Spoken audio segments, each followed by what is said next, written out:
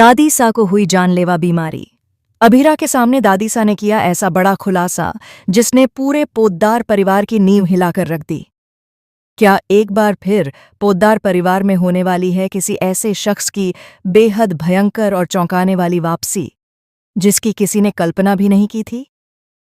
Star plus के superhit show ये रिश्ता क्या कहलाता है के आने वाले एपिसोड में दर्शकों को एक के बाद एक इमोशनल और शॉकिंग मोड़ देखने को मिलने वाले हैं।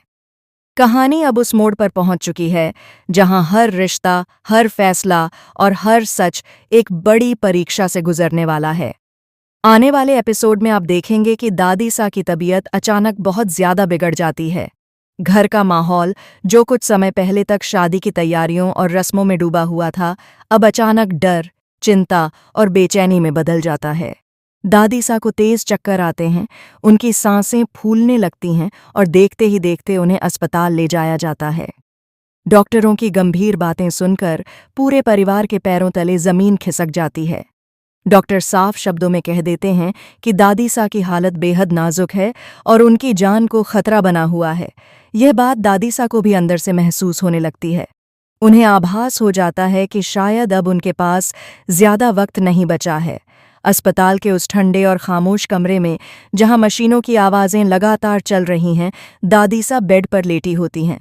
उनकी आंखों में दर्द भी है और डर भी, लेकिन उससे कहीं ज्यादा उनके मन में परिवार को लेकर चिंता है। वह नर्स से कहकर अभीरा को अपने पास बुलवाती हैं। जैसे ही अभीरा कमरे में आती है, दादी सा का हाथ थाम लेती हैं। कांपती हुई आवाज़ में दादी सा अभीरा से कहती हैं कि उन्हें उससे एक बहुत ज़रूरी बात करनी है। दादी सा की हालत देखकर अभीरा खुद को संभाल नहीं पाती, लेकिन फिर भी हिम्मत जुटाकर दादी सा की बात सुनने के लिए तैयार हो जाती है। दादी सा भावुक होकर कहती हैं कि उनकी आखिरी इच्छा है कि उनकी आंखों के सामने कियारा और अभी की शादी हो जाए। वह चाहती हैं कि यह शादी बिना किसी रुकावट, बिना किसी देरी और बिना किसी साजिश के पूरी हो। दादी सा साफ कह देती हैं कि अगर यह शादी डिले हुई या किसी वजह से टूट गई तो इससे पूरे परिवार पर बहुत बड़ा संकट आ जाएगा। दादी सा आगे कहती हैं कि चाहे हालात कितने भी खराब क्यों न हो जाएं, चाहे उनके साथ कुछ भी क्यों न हो जाए, लेकिन इस शादी को किसी भी कीमत पर कैंसिल नहीं किया जाना चाहिए। यह शादी हर हाल में जल्द से जल्द और बड़े ही धूमधाम से होनी चाहिए। दादी सा की ये बातें सुनकर अभीरा के पैरों तले जमीन खिसक जाती है। वह समझ नहीं पाती कि एक तरफ दादी सा की जान का खतरा है और दूसरी तरफ शादी का इतना बड़ा दबाव। अभीरा की आंखों से आंसू छलक आते हैं, लेकिन वह दादी सा के सामने खुद को मजबूत दिखाने की कोशिश करती है।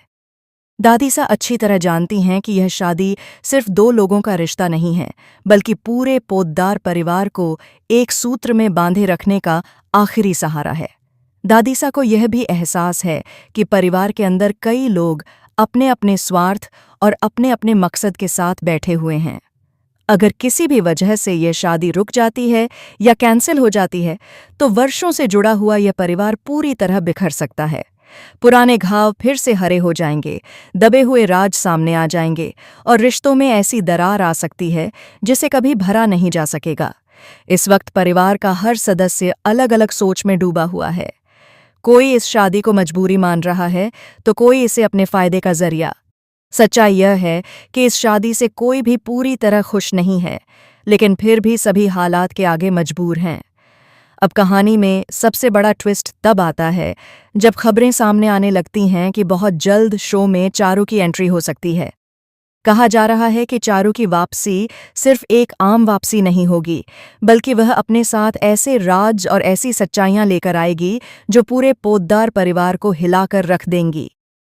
चारू की एंट्री से न सिर्फ शादी का माहौल बिगड़ सकता है, बल्कि दादी सा की हालत और परिवार की एकता पर भी इसका गहरा असर पड़ सकता है। यह वापसी इतनी भयंकर होगी कि कोई भी इसके लिए तैयार नहीं होगा। अब सवाल ये है कि क्या दादी सा की आखिरी इच्छा पूरी हो पाएगी? क्या कियारा और अभी की शादी वक्त पर हो पाएगी? क्या अभीरा इस भारी जिम्मेदारी को संभाल पाएगी? और क्या चारू की वापसी पूरे खेल को पलट देगी?